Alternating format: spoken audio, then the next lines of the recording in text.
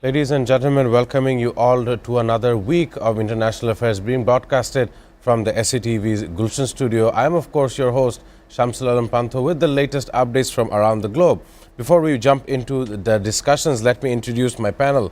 Here in the studio, I have Barrister M. Sarwar Hussain, a senior jurist of the Supreme Court of Bangladesh. I welcome you on to the program. Alongside, we will be graced by Norman Floyd Barnes, joining us from Washington, D.C., all the way in the United States of America. But before he joins us, let me give the premises of today's discussion and what are the latest updates that we have from around the globe. We know for a fact that last Friday, U.S. President Donald Trump has said, and I quote, 1,000 missiles are locked and loaded and aimed at the Islamic Republic of Iran, with thousands of more to immediately follow should the Iranian government act on its threat pronounced in many corners of the globe to assassinate or attempt to assassinate the sitting president of the United States of America. These are some of the comments that Donald Trump was issuing to his social media handle, Truth Social, as the Iranians are now very vengeful after the burial of their supreme leader, the late Ayatollah Ali Khamenei. And we are yet to see what kind of results that will bring in the coming days between the two sides. For a fact, the IRGC, the Islamic Republic Guard Corps, they are also stating that the Strait of Hormuz is closed as of today. Turning to Barrister M. Sarwar Hussain, how are you seeing these latest developments? No amount of negotiation were able to bring both US and Iran to a dialogue table, as they both prematurely deny the memorandum of understanding that they had setting from last month. How are you analyzing this situation as we see that Oman and Iran is now also agreeing to take control of this crucial strait? Thank you very much. Look, I think the Israel attack on Libya, on Lebanon, is the biggest obstacle in this peace deal, which they signed before a month. It appears that US is unable to control Mr. Netanyahu. Right. And Netanyahu is doing whatever he feel like. On the other side, the deal they reached, the MOU they reached, that has been broken down. And so quickly, Mr. Trump so quickly said that ceasefire is over. There is no ceasefire. So they again launched series of attack against Iran, and Iran also retaliating. So in the meantime, the Iranian supreme leader has vowed to take revenge against the killing of the supreme leader. And as usual, Mr. Trump is panicked. And he's panicked so much that he said that thousands of missiles is locked and ready to fire against Iran. He didn't say the word that Iran will be wiped out. Earlier he said this time that something will happen that the world has never witnessed. What might be that? Is it a threat that they will hurl the nuclear bomb? Maybe this megalomania, this nonsense, this hawkish leader, he can do anything. So this might be in his thinking.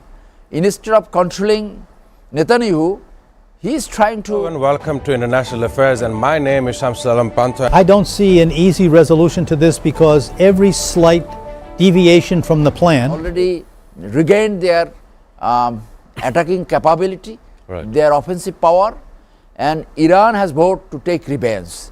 And in this revenge, this man has become panicked.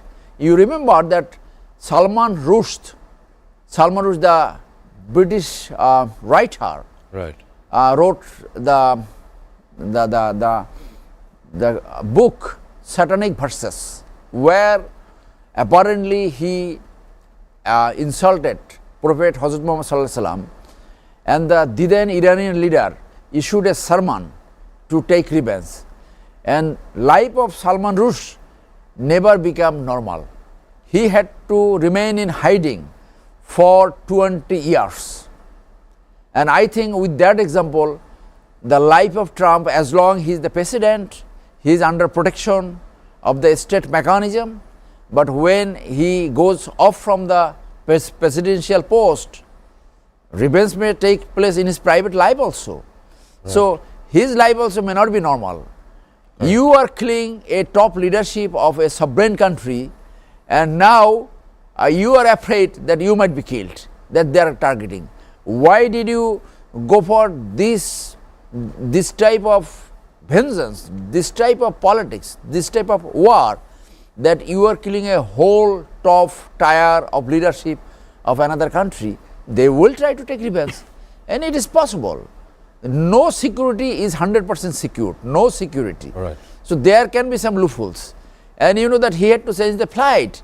He came to attend the NATO summit in Turkey by a plane gifted by the Qataris, and because of the security lacking, he had to change the flight and took the earlier Air Force on.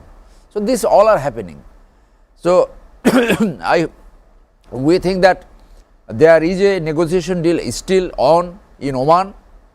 We hope the peace-loving people of the world, hoping that they reach to a peace deal immediately, and this war should be ended. Of course, very interesting statements coming from you, Barrister. Excuse me. Some of these comments are very important to understand how deep these issues are now spiraling out of control. According to the US CENTCOM, it has stated that it has completed a third round of joint military strikes in Iran following another Iranian attack on a commercial vessel in the strait. According to CENTCOM, the American forces have struck 140 Iranian military targets using precision-guided munitions launched from land and sea-based fighter aircraft, drones and naval vessels.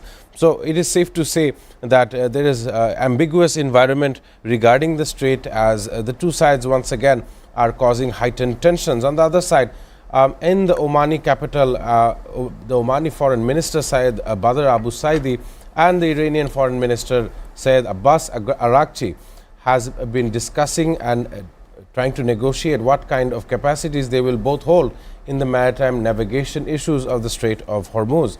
As we await Norman Floyd Barnes joining us on this program, turning to Barrister Sarwar Hussain once more, we were talking about how Oman and Iran should be utilizing the Strait of Hormuz, how they both planned in order to collect tolls, in order to have a safe passageway, as implied from the Iranian side, trying to show the power, the control and hold over the strait from the Iranian side. That is all going in accordance with the international law, according to the Foreign Ministry of Oman. But all of this is going to hamper the energy export. It's definitely going to hamper some of the economic strains that we've seen in the last 3 months. Just to get a comment from you, how positive are you seeing Oman's role here? Because Oman and Iran are, of course, neighbors in the Strait of Hormuz, and not only so, Oman does have treaties with other nations in the region. How are you seeing these two nations and their recent developments? I think the control of the high seas is regulated by the international law. There is up to 200 nautical miles. Beyond that is called high seas, and anybody can use that beyond 200 nautical mile. This Hormuz, regulations of Hormuz should be in the previous of the war. The way it has been regulated before this war began, in that, because there was a status quo. Right. So there can be an issue that if Oman try to control, that America is trying to control through Oman. So there can be another new issue that Iran will not be agreeing on. So predominantly it is the Iran who is controlling this strait, and they have the power. Mine has been laid. It's a big area that from anywhere they can engage the targets, especially the civilian ships, which they are doing to express their domination, to express their control. So the Strait of Hormuz should be in the earlier position before the war began, because there were peace going on and there was no dispute with the issue that who will use and who will control. So if America wants to control through Oman, the negotiation may not be reached, peace deal may not be fulfilled. Of course. So Iran wants that. Iran wants the control the way they used to do before the war began.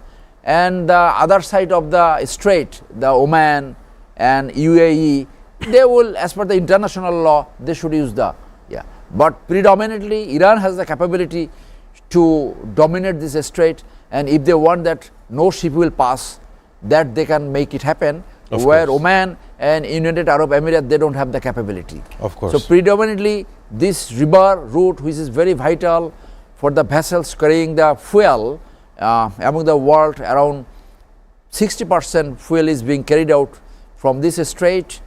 So Iran has the capability to control it the way they want it. Of course, very interesting debates and statements coming from Barrister M. Sarwar Hussain. I want to move to Washington, D.C., where Norman Floyd Barnes is located. There is interesting news I also want to share with you. Over here in the studio, we were discussing the latest comments of U.S. President Donald Trump regarding Iran, regarding the Strait of Hormuz, how CENTCOM has stated they have targeted on 140 military assets belonging to Iran. On the other hand, we see that President Donald Trump grows very concerned of his own safety, given that he predicts that he may be assassinated while serving as the President of the United States of America. Also, a very sad news coming out from various sources stating that U.S. Senator Lindsey Graham has passed away, and he was briefly sick while before this very sad news came out. I want to pass it to Norman Floyd Barnes. What are some of the updates you have for us? A very good morning to you, Norman. Yes, good morning from Washington. Senator Lindsey Graham has passed away. We received the news. He had obviously a sudden illness which causes him to pass away. And so he, as you know, was a very strong supporter of the president. And now that's a gap, that's a void there. And we're still looking into the issue in the Middle East. The Strait of Hormuz is now back on the table again. Actually, basically, the Iranians stated they have actually officially announced to the world that the strait is closed. The United States has responded with military actions, like you say, over 140 attacks yesterday. They will continue. They will be more intense and more destructive and more impact on the infrastructure. What that means is something I don't know. I don't know if they it's really going to have a real effect on changing the attitude. But right now we're in a state of immense conflict, and we just waiting to see exactly what's the next thing that happens regarding that area. The talks, they're not talking. The government is not talking about continuing the talks, but they are not talking about ending the talks. So it's basically in the middle between, yes, we're still able to talk, but right now we're taking action. So right now it appears that the United States and Iran are in conflict with each other, military action. So where this escalates, I don't know. All I know is that the countries in the Gulf states are being impacted. Add to that list now, Oman has been now just received attacks, drone attacks from Iran. And I think this is a result, well, I know this is a result of their changing of the mind on how to administratively handle the Gulf region, and particularly the Strait of Hormuz. So we've been going over this for several weeks, and it looks like we're back in the same situation, square one, like we started before this earlier this month. Nothing has progressed. So now we are looking at a situation where the aggression of military action is going to lead to some type of hopefully we don't have to put troops on the ground there, but it looks like something will happen. Something is An happening. open war conflict with them. Testing nuclear missiles. Russia's announcement of these supposedly successful testing. Special and As I exclusive. make of Norman Floyd Barnes' statements, it is having a huge impact towards the economic crisis from around the globe regarding the Strait of Hormuz. It's important to also note for the last 3.5 months, we have been seeing Iran facing two superpowers, one of course United States of America, and on the other side Israel, and the various issues of violating ceasefires that come and stem from Israel even after meeting the various sides, even after calling for ceasefires. It has not helped the situation yet alone. It has only aggravated whatever that was there, and yet we are to see how the IRGC is going to respond. Let me also state as we go and prepare for a break that the IRGC had destroyed a command control center and an MQ-9 drone hangars in the Prince Hassan Air Base in Jordan with ballistic missiles.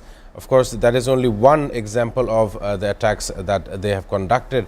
It is hard to get information from war zones. However, we are bringing you updated information as of today. I want to go for a short commercial break. Afterwards, we'll be looking at some of the different situations from nature's calamities that have been having a very drastic effect here in Bangladesh, in our surrounding neighborhood of India, as well as China.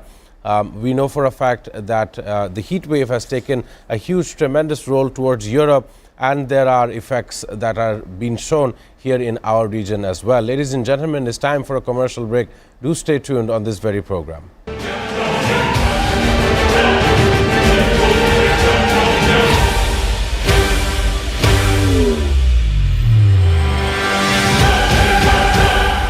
Footage that is being played on SATV screen. Really coming to terms with Hamas. Damage estimated between this entire issue. President Trump is expected to hold bilateral talks. Preserving biodiversity and tackling climate change. We cannot protect the planet before we negotiate peace. Where is it going? Is it understanding the needs of its people before the needs of this global world? For China to come to agreement. They will face better projects. With President Xi of China and President Lee of South Korea. Trump's White House that is in favor of these things. Simply not enough action being taken to address the problem of fossil fuels. What their plan initially is towards the Caribbean, a place that has been met with two types of disasters. Bangladeshi students at the same level of opportunity internationally and domestically. International Affairs. Watch every Sunday to Thursday at 2 p.m. only on SATV and SATV Digital.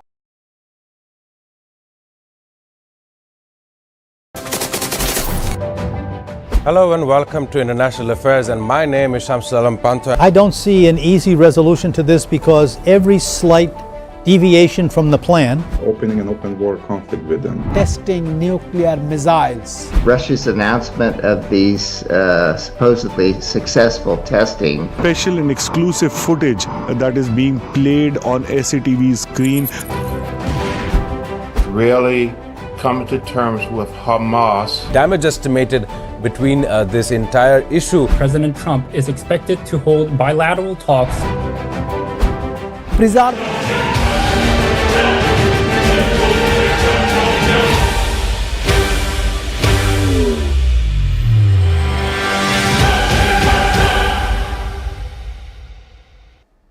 Welcoming our viewers back on International Affairs. I'm of course joined on Zoom with Norman Floyd Barnes from Washington, District of Columbia. And here in the studio, I have Barrister M. Sarwar Hussain. We were talking regarding the Middle Eastern situation, and a very important question has appeared, which includes Donald Trump was at the NATO summit, and he of course traveled back in a different kind of Air Force One.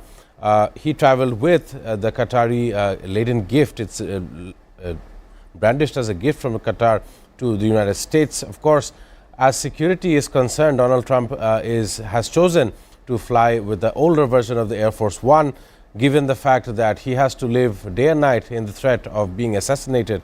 Even before his election campaign, there was one or two attempts, as well as the recent one in the White House conference dinner, or as we've seen very recently. I want to ask Barrister M. Sarwar Hussain, what are some of the implications? US was seen very close to Israel in removal of the late Ayatollah Ali Khamenei, supreme leader, and if you want to discuss regarding this, the Iranians would only see fit if Donald Trump was eliminated as well, and that is where the security concerns are coming in. However, on his way back, he was escorted with a round of fighter jets covering the Air Force One. How are you seeing this? You have various backgrounds in the military. What are some of the instances? In the past, we have seen various leaders from around the world being assassinated is very normal. We've seen some instances in Japan, some instances in our history in Bangladesh, as well as many more. I want to get a remark from you. How are you seeing this? Also in America. Look, first of all, we have to admit that President Trump has not only made a dangerous situation for US itself, but also for the whole world. Only to nurture a criminal, a heinous killer, Mr. Netanyahu, he has turned this whole planet unstable.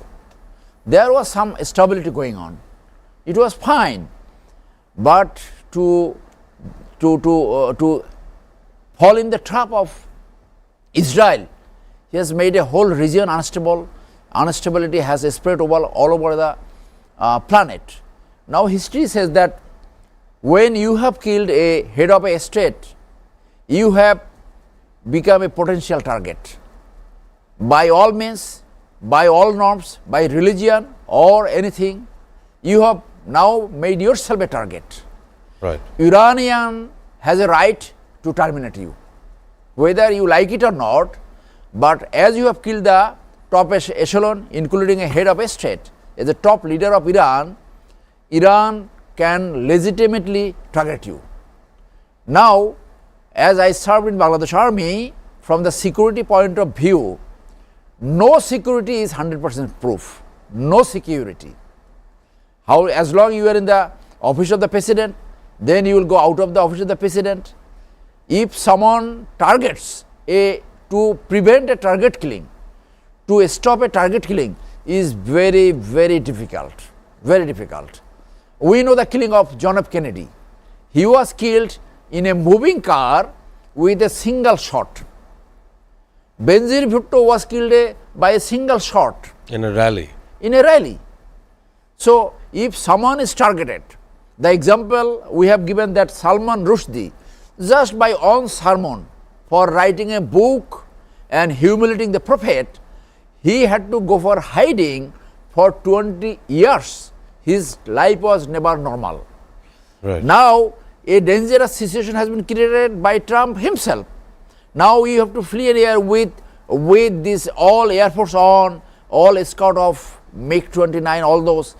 So your security will be your normalcy will go on, and it will always panic you anywhere you are.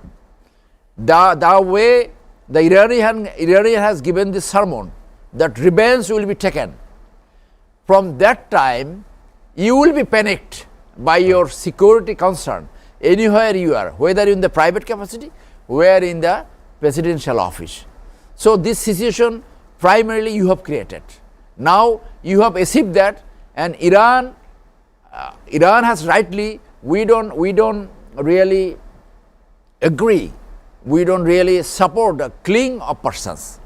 But as you have killed, so you have made a potential target, and the way Iranian has voted, Iran will, until and unless they forgive, until and unless they withdraw from the plan, this plan will be on, and that will panic Trump all through rest of his life. Of course, very important issue as you've raised regarding Trump and his security. I want to also get a comment regarding the very same issue from Norman Floyd Barnes. Here in the studio, we uttered that no security is 100% proof. I want to get a comment from Norman Floyd Barnes. How are you assessing this very situation? Some historical issues from the past, as the Kennedy assassination as well. We raise other assassinations of leaders from around the globe as well. And today, that spotlight is very much on US President Donald Trump. we have seen every now and then someone, a vague shooter, if not someone who's trying to cause problems at the Mar-a-Lago residence where Donald Trump is usually located. These are some situations, some issues, some examples of a precursor event. I hope not.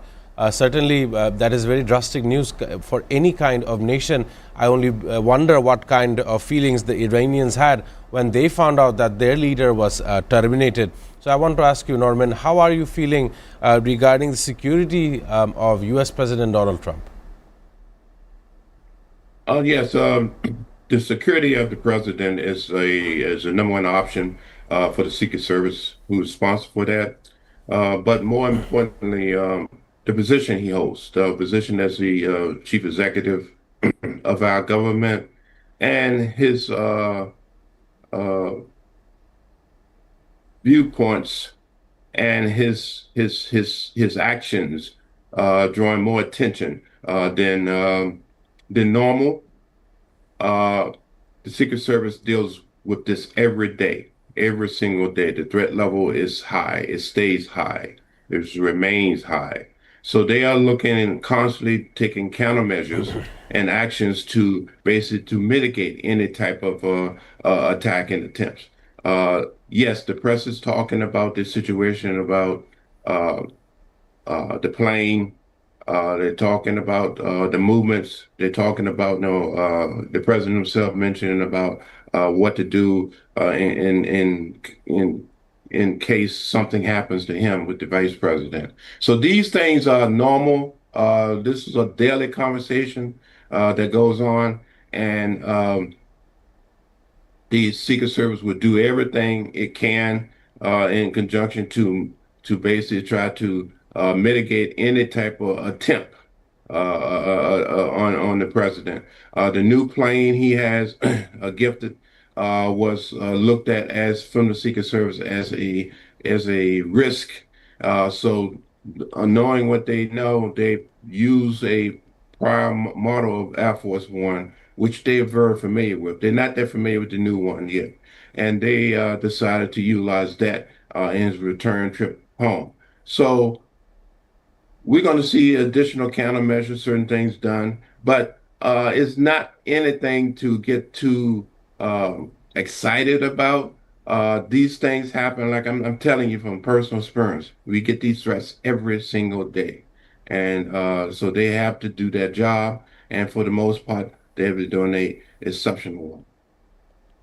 Of course, important statements coming from Norman Floyd Barnes. At this point in the show, there is several issues that I want to talk about. Let me add something on that. Please also add on. As we are discussing, I just Google it, and it is seen that four U.S. presidents were killed. Abraham Lincoln was by a single shot. James A. Garfield was killed. William McKinley was killed while in the office of the president, and lastly John F. Kennedy. So there is history. So you see that in the U.S. history, four of their presidents were killed. So that's why the dangerous situation Trump has created by being trapped by Netanyahu. We time and again we say that you control Netanyahu, put him to the International War Crimes Tribunal, let the anger, let the bad situation turn to be a good situation, that at least he faced the trial. You are protecting a war criminal against whom a warrant order has been issued, right, and violating all the international norms, rules, customs, tradition. You have killed a dozen of leaders, including a top leader of a sovereign country. That should not be the American policy. Why did you fall in the trap with Netanyahu and creating a dangerous situation for yourself, economy, fuel, everything? Of course, they could not expect now the it timeline is a responsibility. You have to take this responsibility, that how to limit the damages, how to control it, how to bring the peace in the book. That burden lies with you. Of course. You have to shoulder that burden. Right, and part of that shouldering of that burden does include, as we've had previous discussion, compensation for Iran in the damages they have Yes, received yes. from not only the US but also regional allies as well. A very important discussion. However, as we discuss geopolitics, we can't ignore the fact of natural calamities that are taking various sections of the society into a very distraught situation. Let me also add on here, according to Reuters, floods in Bangladesh kill 44 and leave over 1 million stranded. Over the weekend, we are seeing southern parts of Bangladesh becoming inundated by torrential rainfall. Very sudden developments in this case. A lot of livestock has been killed. People, those live in the hill track area of Chittagong, has been affected the most, as we feel. And today, even after 7 days of continuous rainfall, parts of the capital's Dhaka has come under flooding. Not only so, it is not only in Bangladesh. There is news coming out of China and Taiwan that Typhoon Bavi has caused various airports to go down, and parts of eastern China's province have been hit by flash floods as well, turning to Norman flood burns. As I was reading out some of these very disastrous situations, not only in Bangladesh, in neighboring India as well as China, it is a very crucial time to understand how societies are going to come about, how governments are going to try to protect their people. We are seeing a very active role in China, but it is not being as so well done here in Bangladesh as we go through news of this. Southern areas have recorded the highest level of rain in the last 4 decades or so. I want to have a question to Norman Floyd Barnes. How are you assessing this matter? It's not only in Bangladesh, it is more nations combined. As millions are affected, livelihoods are affected. Norman, how are you assessing this situation? Yes, my assessment as we ponder through this geopolitical nightmare that we're dealing with,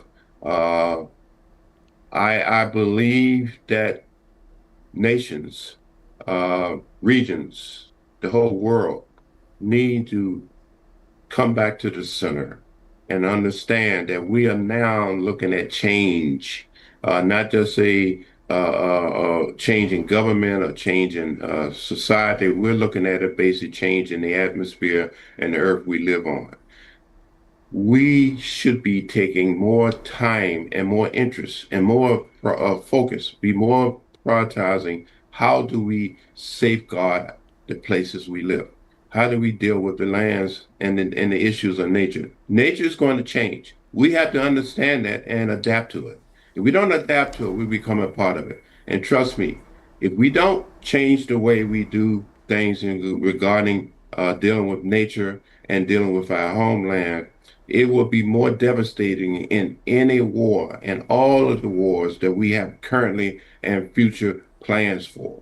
So nations, I believe, should be more focused on coordinating services, resources, and prevention measures. Utilize the technology you have. Utilize the artificial intelligence. Utilize your communication skills. Utilize your ability to reach out and prevent things. So I see nature's, all this stuff we're talking about, the war, we've been talking about the conflict, whatever, but nature has the upper hand. Nature will affect, and matter of fact, it will change how we deal with each other day to day, because it is a process that the humans has decided to overlook, and they decided their own petty issues, war, fighting, killing, whatever amongst themselves is more important than actually how do we coexist into a environment, an earth, a area that is basically evolving. The earth is evolving, is adjusting to the stuff that we do on the surface. So Mother Nature is going to do its thing. It's going to adapt and adjust to things. We have to understand that we have to be able to be conscious of that and aware of that and make adjustment to self to mitigate the amount of losses that is going to come. It's going to be immense if we continue to deal with things. You talk about the flooding. We're going to have flooding. We're going to have fire. We're going to have all type of stuff, air, disease. All these things are part of how the earth is shifting and cleansing itself. The Earth is in the process of cleansing itself of waste and toxic activities. So that's my viewpoint. My viewpoint is that the Earth is seeing what we're doing and is not very happy. Of course, a very important discussion coming from Norman Floyd Burns regarding this scenario where Mother Nature's usual events is affecting lives of humans from across the globe. An event from America, even last year, we've seen in Texas, a girls' high school was affected because of torrential rain and massive flooding in the state of Texas. Once again, raising concerns how far the government will come to its aid. Many lives lost in the face of natural calamities. Turning to the studio with Barrister M. Sarwar Hussain, a lot of focus has been given to these concerns, not only here in Bangladesh but across the world. But when it comes for governments to act in time, they often fail to do so. 2.5 weeks ago in Venezuela, we've seen 2 earthquakes rattling that nation. As of last Saturday, the National Assembly President Jorge Rodriguez has said the death toll is now in the 4,000s and rising. So after 3 weeks, we can be certain that there are many more as people are trying to go through the rubble. But here in Bangladesh, the flooding in the south, flooding in Chittagong, as many news agencies here are stating, highest in the last 4 decades. How do you see this, and how should our current government respond? Because in the last government, or in the ousted government, we were seen as a nation that was usually battered twice in a year by cyclones. So the previous government wanted to build cyclone shelters in various of these regions, coastal areas once again. But do you think that our current administration should be more effective in understanding these requirements, if not initiating a rescue mission almost everywhere in all of its territories? What do you think? Yeah, we can clearly see a change, a substantial change in the environment because of the global warming of this cyclone, typhoon, tornado. Frequently it is happening, not only in this area of the planet, in anywhere. In few days back, we have seen the torrential this flooding in probably Los Angeles. There had been California. There had been flooding. Even in New York, we see sometimes. Even in New York. So heat wave is going on in the Europe, and dozens is already dead. Bangladesh, by experience, is very experienced to handle this type of natural calamity, because our armed forces and the people living in the coastal area, they are a bit habituated. But as the flood is lingering, so it will cause serious damage, and these livelihoods, including the vegetables, fruits, rice. But there are some positive sides of the floods as well. So if the flood continues, so it will definitely have create a pressure on the people and on the government how to handle it. Though we have lot of experience to handle this type of situation, so far we didn't see any casualty, but this might happen. In Dhaka, from last night, it is raining and many of the roads are flooded. It's like it has become like a river. So people are giving their photos in their Facebook, etc. And this flood is not only in Bangladesh, it's part of India, also in China. In social media, we have seen that a snake farm has been flooded. And all the snakes are going around. So probably this is in China. So this is a clear effect that the global warming of this effect is taking place anywhere and everywhere of the planet, and the call for the world leaders to work on to save the environment, to save the climate change, and this summit on this climate, that the obligation on the superpowers, on the rich countries, they should fulfill their obligation to limit the carbon dioxide generation. So they should perform, especially China and India. So our world leaders should focus as to how to save this planet, and in order to that, they must control this global warming of the way the ice is being melted in the northern hemisphere of the planet. So flooding has become a routine order. In Bangladesh from March to November, every after 2 weeks, 3 weeks, there is a typhoon. There is a depression. I marked for last 5 years personally, every after 2 weeks. And it is increasing. And this rain in Bangladesh in the month of July, as weather office said that last 4 decades, there was no record like that. But if that happened before 4 decades, of course there is a record. So this record is breaking. So everywhere it is flooding, and people in the poor people in the flood affected area is started suffering. The train line has to be stopped. So communication is blocking. I personally served 4 years in Chittagong hill tracks, and I have never seen flooding. Hill tracks is flooding, I have never seen. This time we are expressing that it is the Chittagong hill tracks which is flooding now. So the weather is taking its toll in many ways. Is earthquake, typhoon, tornado, flood, torrential rains. It is happening not only in Bangladesh and everywhere in the world. Of course, a very interesting debate when it comes to global warming, all of this situation combined. 2026 has been a very troublesome year, as I believe, for not only people here in Bangladesh, but all across the globe, either affected by war, if not affected by these natural calamities. Interesting debate coming from Barrister Sarwar Hussain. Before I finish the program, I want to have a last question towards Norman Floyd Barnes. Usually, I gave an example regarding the last year's Texas flooding. It has caused societal disarray between how far the government can respond in terms of this kind of issues. How confident are you in the face that today Venezuela is in a condition coming from natural calamities? Here in Bangladesh, we see 44 lives, going away due to natural calamities once more. The last question to you, how do you see this? Do you think that governments are preparing? If not, are they well equipped to understand a widespread disaster when it occurs? Norman? Yes, the overall globally, our governments are not prepared, and they do not have the mindset of prevention. They have the mindset of recovery and rebuilding, which means making money.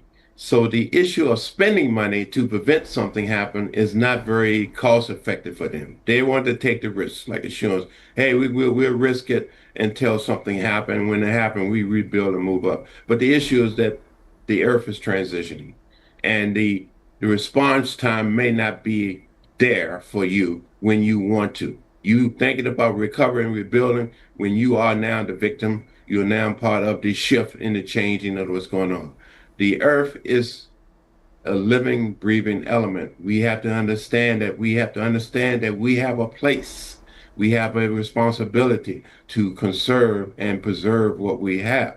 But when we start building and doing and destroying and putting people in unsafe locations for the purpose of profit, we lose. We create our own disasters because most of these things are known. They are giving warnings.